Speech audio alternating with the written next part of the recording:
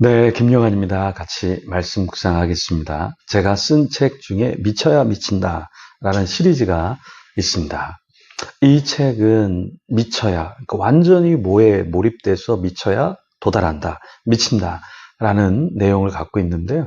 이것은 양육에 대해서, 훈련에 대해서, 소그룹 운영에 대해서 어떻게 하면 조금 더 잘 양육하고 케어할까 그 내용을 담고 있는 것인데요.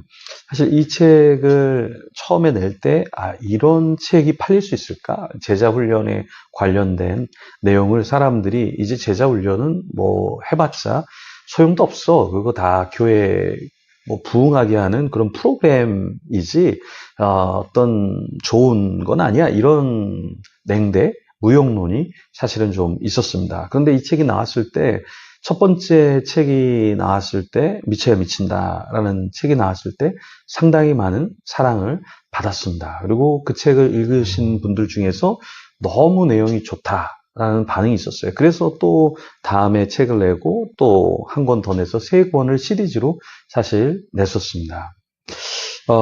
하나님께서는 이스라엘 백성, 그 백성에게 사실은 미쳐 있었던 분이셨죠.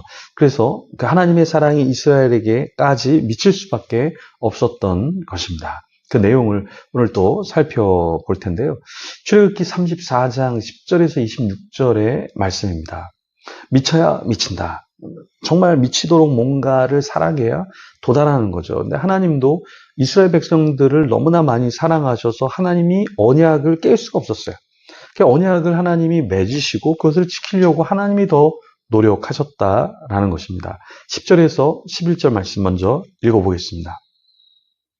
여호와께서 이르시되 보라 내가 언약을 세우나니 곧 내가 아직 온 땅 아무 국민에게도 행하지 아니한 이적을 너희 전체 백성 앞에 행할 것이라. 내가 머무는 나라 백성이 다 여호와의 행하심을 보리니 내가 너를 위하여 행할 일이 두려운 것임이니라. 너는 내가 오늘 내게 명령하는 것을 삼가 지키라. 보라 내가 내 앞에서 아모리 사람과 가나안 사람과 헷 사람과 브리스 사람과 히위 사람과 여부스 사람을 쫓아내리니.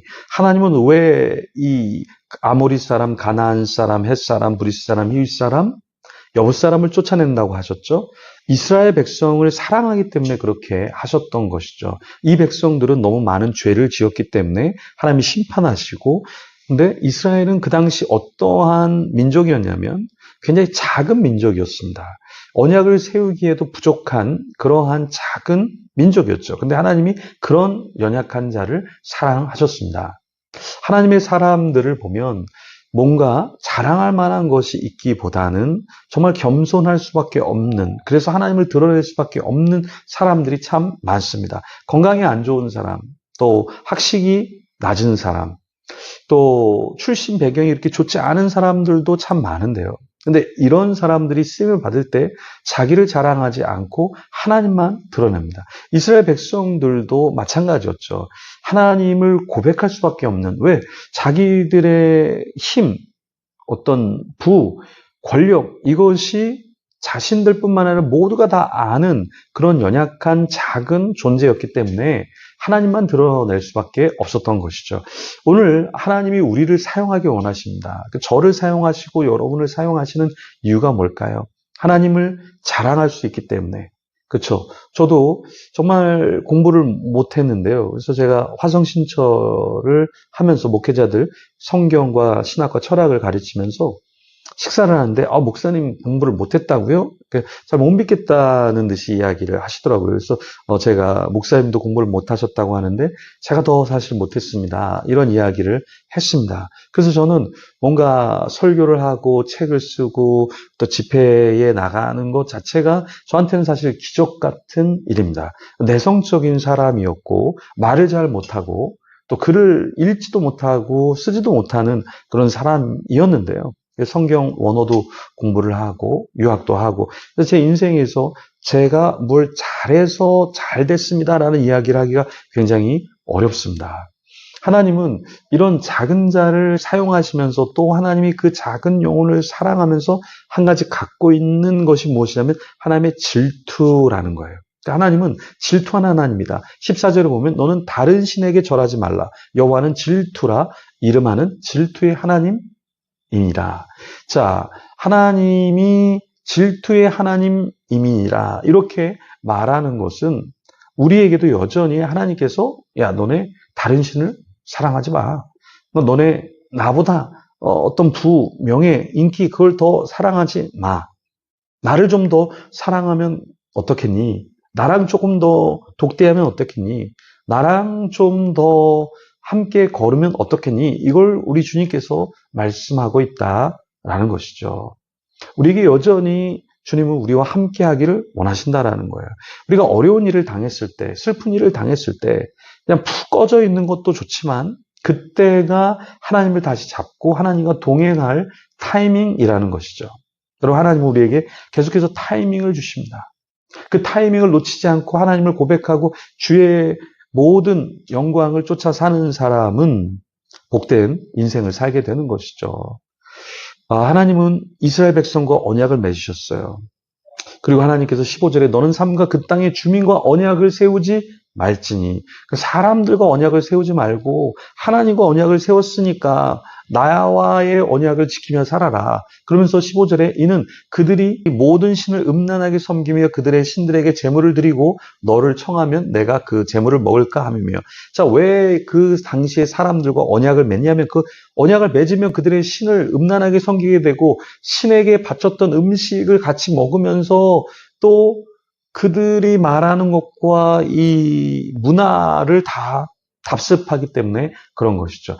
그 당시의 예배, 그 당시의 문화는 사실은 하나님이 기뻐하시는 것이 아니었죠. 그래서 하나님은 그들을 쫓아서 언약을 맺고 그들과 함께 살지 말라 말씀하시는 거예요. 세상이 좋죠. 세상 사람들의 도움이 필요하죠. 그런데 그들을 기쁘게 하기 위해서 우리가 술을 마시고 담배를 피우고 유흥을 즐기고 세상의 사람들처럼 속이고 도둑질하고 시기 질투하고 싸운다면 하나님이 우리를 기뻐하실까요? 하나님과 언약을 맺은 사람은 하나님과의 언약을 맺었기 때문에 그 품격, 어떠한 인격을 유지를 해야 되는 것이죠. 여러분, 연예인들이 광고를 찍습니다. 광고를 찍으면 굉장한 광고비를 주죠. 근데 거기에 어떤 조항이 있냐면 당신이 개인적, 도덕적으로 문제가 생기면 우리 회사에 대한 먹칠을 하기 때문에 당신이 받았던 거에 몇 배에 대한 위약금을 내야 된다. 이런 조항이 있습니다. 그러니까 돈을 받을 때는 좋지만 만약 내가 그 품위를 유지하지 못하면 그 세상 사람들이 보기에도 아유 저 연예인이 뭐 저렇게 인생을 살아 하면 모든 광고가 내려지고 거기서 끝나는 것이 아니라 위약금을 물게 된다라는 것이죠. 하나님이 우리를 징계하십니다. 세상 사람보다 우리를 더 징계하시는 이유는 뭘까요? 우리를 하나님께서 하나님의 대사, 하나님의 사람으로 연예인처럼 이렇게 보시면서 집중하시면서 기뻐하시는데 우리가 그렇게 살지 못하면 하나님의 마음은 꺼져간다라는 것이죠. 하나님은 신상들을 부어 만들지 말라. 그리고 그 신상을 섬기는 자들과 함께하지 말라. 우상 숭배하는 자들과 똑같은 삶을 살지 말라 말씀하셨습니다. 오늘도 우리에게 말씀하실 거예요. 똑같이 세상 사람들처럼 물질 우선주의고 어떠한 학력 우선주의고 어떠한 이기적인 삶의 또 노후의 대책만을 생각하지 말고 하나님이 기뻐하는 삶을 살면 좋겠어. 주님께서 우리에게 도전해 주시고 권면하시는 것이죠. 이 시간 기도하면서 하나님 세상 사람과 같아지는 자가 아니라 하나님과 언약을 맺은 자로 품위를 지키게 하시고 영적으로 도덕적으로 더 거룩한 자, 건강한 자 되게 하여 주시옵소서. 우리 같이 기도하며 하나님 앞에 나아가겠습니다.